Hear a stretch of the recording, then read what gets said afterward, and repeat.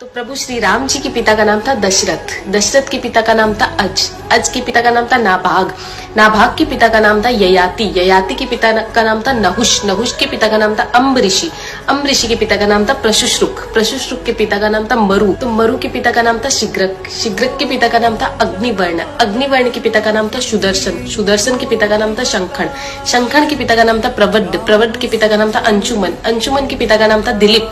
दिलीप के पिता का नाम था भागीरथ, ये वही भागीरथ है जो गंगा को पृथ्वी पर लेके आए थे, जिसको भागीरथी के नाम से भी जाना जाता है। राजा भागीरथ के पिता का नाम था कुकुस्त, कुकुस्त के पिता का नाम था रघु, ये रघु वही राजा है जिनके नाम पर ये रघुकुल पड़ा, क्योंकि ये बहुत ही पराक्रमी और तेजस्वी राजा थे। आज भी कहा जाता है कि रघुकुल रीत सदा चली आई, प्राण जाए पर वचन न जाए। तो राजा रघु के पिता का नाम था राजा असमंज, राजा असमंज के पिता का नाम था राजा सगर, राजा सगर के पिता का नाम था राजा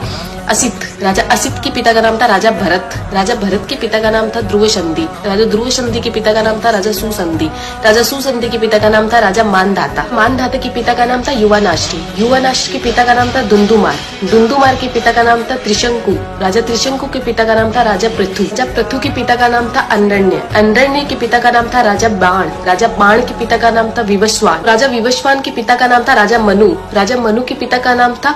इक्ष्वाकु, इक्ष्वाकु के पिता का नाम था राजा कुक्षी, राजा कुक्षी के पिता का नाम था